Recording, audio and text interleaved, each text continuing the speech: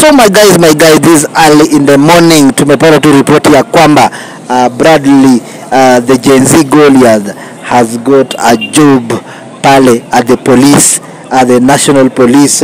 Amepata tu pale kazi katika traffic. Wamesema tu kwamba vile yeye ni mrefu zaidi anaweza kabidhiana na magari na nini kila kitu pale barabarani.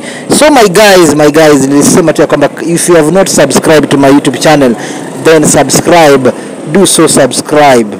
So Bradley Marogo has got her job na alipatiwa tu kazi na Rais William Samoei Ruto hivi leo, na imekuwa tena shangwe na nderemo katika familia ya kina Bradley Marogo. Hata pia manager wake director Mr. Trevor amesema nini?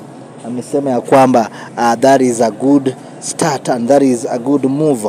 Now Bradley Marogo hatakuwa na shida yote katika kulinda na kuweza kuidumisha familia yake tena zaidi. So Bradley Marogo has been a content creator. He has been a content creator throughout the country na pia outside the country. Mliona pale alikuwa pale Dubai anafanya mambo zake, na hivi sasa amefanya nini? Amepata kazi katika serikali, yani in the government, in the sector of Kenya traffic hapa nchini Kenya. So my guys, as you can see pale Bradley Marogo the Gen Z Goliath ako na manager wake ambaye ni Trevor. Okay, mambo imekuwa kuchemuka pale mtandaoni, na Wakenya wengi wamekuja wakisema kwamba wamependa pale kwa comment section wakisema kwamba now Bradley Marogo amefanya jambo mzuri zaidi, kupewa kazi na serikali. Si rahisi kupewa kazi tu hivi na hauna vyeti, lakini Bradley Marogo ameweza kufanya nini?